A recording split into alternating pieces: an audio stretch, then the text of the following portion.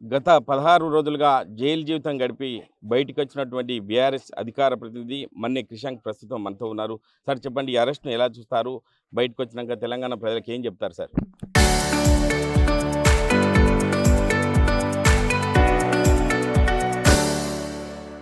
First నిన్న phone డేటాలో మీ RTV numbers కూడా చూపెట్టి వీళ్ళతోని ఎందుకు మాట్లాడిరని అడిగిర్రు.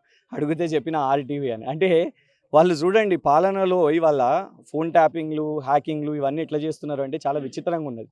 ఒకటే మేము అంటున్నామండి. మేము ప్రజల పక్షాన మాట్లాడుతున్నాం. ఏసిన ప్రతి కేసు కూడా కాంగ్రెస్ పార్టీ నాయకులు లేకుంటే కాంగ్రెస్ ప్రభుత్వంలో పనిచేస్తున్న వాళ్ళే ఏసిర్రు. ఎక్కడ కూడా ఒక సామాన్య ప్రజలు ఎవరు కూడా కేసులు ఎయ్యలేదు. దాంతోనే అర్థమవుతున్నది. ఇది కేవలం రాజకీయ కక్షతోని చేస్తున్నది మాత్రమే. మేము అనేది ఏందంటే ప్రభుత్వం శాంతి భద్రతల మీద ఫోకస్ చేయాలి. సుమతి గారు లాంటి ఐపీఎస్‌కే ఇవాళ మహిళా రక్షణ లేకపోతే ఇవాళ మహిళల పరిస్థితి ఏంది? రాష్ట్రంలో ఉన్న మహిళల పరిస్థితి ఏంది? ఇవాళ గన్ ఫైరింగ్‌లు అయితున్నాయి.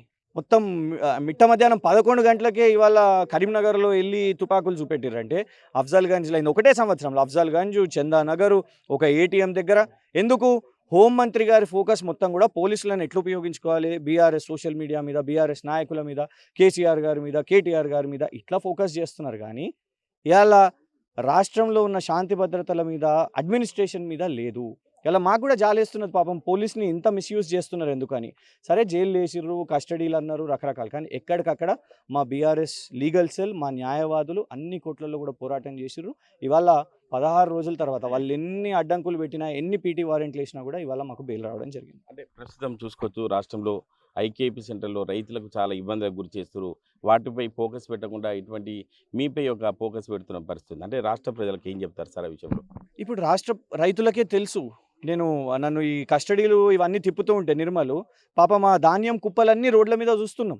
ఇవాళ రేపో మాపో వర్షాలు ఆల్రెడీ నాకు తెలిసి మొదలైనట్టున్నాయి. ఆల్రెడీ వర్షాలు మొదలైనాయి. మరి పాపం వాళ్ళు ఆల్రెడీ ధాన్యం అక్కడ పెడితే దాన్ని కొనుగోలు చేయాలి. కొనుగోలు కేంద్రం లోపట ఉండాలి. అది ఇప్పటివరకు కొనుగోలు మొదలు కావాలి. కానీ ఎప్పుడు అట్లాంటిది లేదు. మీకు చూడండి కేవలం అదొకటే కాదు. రైతు బంధు అయినా లేటే, ఎగ్గొట్టుడే. ఇక్కడ కరెంటు కోతలు, ఇక అంతటున్నాయి కోతలు. నేను చెప్పొచ్చో లేదో కానీ జైల్లో కూడా ఉన్నప్పుడు కోతలు, కరెంటు కోతలు అయినాయి. చాలా రిస్కు. కానీ వాస్తవం రాష్ట్రం మొత్తం ఉన్నది. ఏం చేస్తారు పాపం వీళ్ళైనా కూడా? అట్లాంటి సిచ్యువేషన్. నీటి ఇబ్బందులు ఇవాళ రైతులకు, ఇవన్నిటితోని వాళ్ళు ఇబ్బందులు పడి ఇవాళ ధాన్యం రోడ్ల మీదకి తీసుకొని వస్తే అది కొనుగోలు చేయని రాష్ట్ర ప్రభుత్వం ఎంతసేపు దీన్ని ప్రశ్నిస్తే, మీరు ధాన్యం గురించి ప్రశ్నిస్తారా? కేసేస్తాం. మీరు అంగన్వాడీ టీచర్ల గురించి ప్రశ్నిస్తారా? కేసేస్తాం. మీరు మూసీ గురించి ప్రశ్నిస్తారా? కేసేస్తాం. ఏ అంశమైనా మీరు ఇల్లీగల్ మైనింగ్ గురించి క్వశ్చన్ చేస్తారా? కేసేస్తాం. ఇవాళ మేము ఎత్తినందుకే కదా నకిలీ మద్యం ఈ రాష్ట్రానికి రాకుండా పోయింది. మేము ఎత్తినందుకే మీరు రద్దు చేసిర్రు. మేము ఎత్తినందుకే ఇవాళ ఇల్లీగల్ మైనింగ్ మీకు తెలిసింది డ్యామేజ్ అయింది, మీకు నష్టం జరిగింది కాబట్టే నష్ట నివారణగా మీరు పోయి ఇల్లీగల్ మైనింగ్ చేసిర్రు. మేము 2 నెలల ముందు అడిగినప్పుడే అసెంబ్లీలో పెద్ద తమాషా చేసిర్రు. కానీ ఏమైంది? అది నెగిటివ్ అయిందని తెలుసుకొని తర్వాత మీరు పోయి ఇవాళ కూల్చేసిర్రు. నేరం అయితే చేసినట్టే కదా. ఇది ఎట్లుందంటే కుంభకోణాలు చేస్తారు, తర్వాత మేము వెనక్కి తీసుకున్నామని అనుకుంటారు. సింగరేణి దాంట్లో కూడా చూసినాం మనం. ఒక ఛానల్, ఒక ప్రధాన ఛానల్ నేరుగా ఉప ముఖ్యమంత్రి గారి మీదనే ఆరోపణలు వేసింది. అట్లాంటి వాళ్ళ మీద చేయరు. మరి మేము దాన్ని ప్రశ్నించినందుకు వార్తాపత్రికల్లో వచ్చిన దాన్ని కూడా ఆర్టికల్స్ వేస్తే కేసు. ఎస్ఎస్సి పేపర్ లీక్ జరిగింది అనగానే 3 కేసులు నకరికల్ దాని మీద. యూనివర్సిటీ ఆఫ్ హైదరాబాద్లో చెట్లు నరికేసిర్రు అని ప్రశ్నించినందుకు దాని మీద 4 కేసులు. దీనికి ఈయనకి నేర ప్రవృత్తి ఉంది అని, నేర ప్రవృత్తి అని మీరు అనుకుంటున్నారు కావచ్చు. నాకు ఉద్యమ చరిత్ర ఉన్నది. నువ్వు వేసిన మొదటి కేసు నా మీద అయిన మొదటి కేసు 2009. దాన్ని నేరాలు అంటారా మీరు? ఈ రాష్ట్రం కోసం పోరాటం చేయడం, ప్రజల కోసం పోరాటం చేయడం నేరం అనుకుంటారా? ఒకవేళ మీరు అదే అనుకుంటే నేను ఇంకా చేస్తూనే ఉంటా, ఇంకా ప్రశ్నిస్తూనే ఉంటా.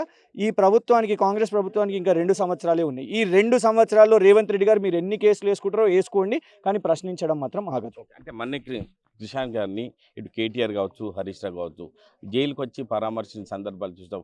ఎటువంటి ధైర్యాన్ని నింపారు? ఏం చెప్పారు వారు మీతో? అంటే నాకంటే ఎక్కువ నాతో పాటు తోటి మిత్రులు కూడా 7గురిని, వారిని కూడా అరెస్ట్ చేశారు. పాపం వాళ్ళ కుటుంబ సభ్యులు సామాన్య మధ్యతరగతి కుటుంబాలండి. వాళ్ళు first time police station, first time jail.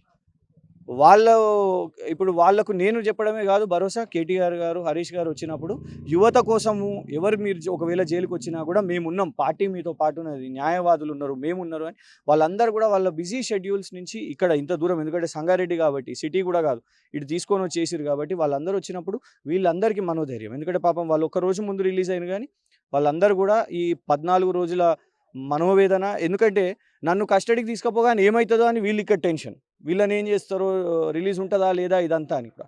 So ఖచ్చితంగా నా ఒక్కొనికే కాదు, వీళ్ళకే కాదు, చూస్తున్న బీఆర్ఎస్ యువత అందరికి కూడా ఒక ధైర్యం నింపుతుంది.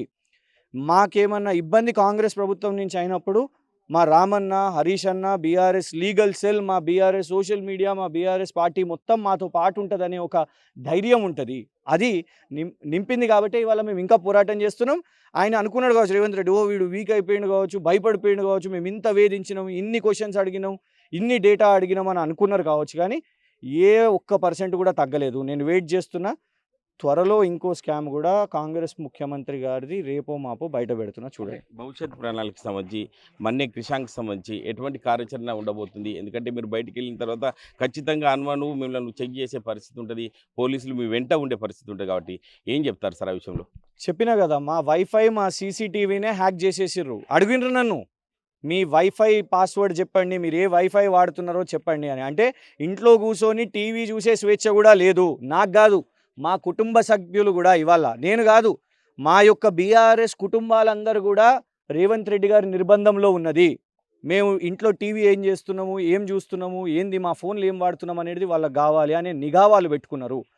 డైరెక్ట్ అడుగుతున్నారు. నిన్న మేము ఎవరితో మాట్లాడుతున్నాం, ఏ ఛానల్ వాళ్ళతో మాట్లాడుతున్నాం, ఏ రిపోర్టర్తో మాట్లాడుతున్నాం అనే డేటా వాళ్ళు అడుగుతున్నారు కాబట్టి అనిగా ఉంటుంది. కానీ మేము ప్రజా జీవితంలో ఉన్నామండి, ప్రజలకు మేము జవాబుదారులం, చాలా క్లీన్గా ఉన్నాం. నువ్వు ఎన్ని తప్పుడు ఆరోపణలు వేసినా ఇప్పుడు చూడండి, నా మీదేమి అవినీతి కేసు వేయలేరు, నా మీదేమి టెర్రరిస్ట్కి నాతో టెర్రరిస్ట్ లాగా ప్రవర్తిస్తున్నారు.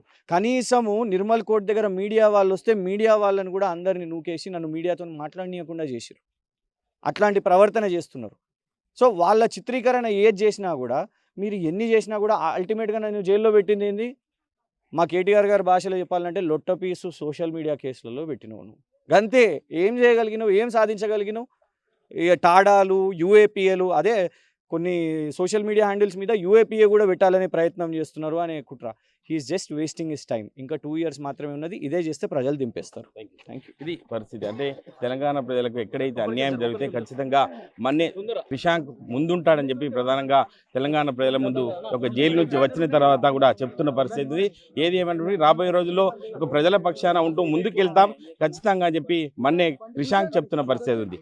కెమెరామెన్ లోడ్తో మహేష్, RTV, సంగారెడ్డి జిల్లా.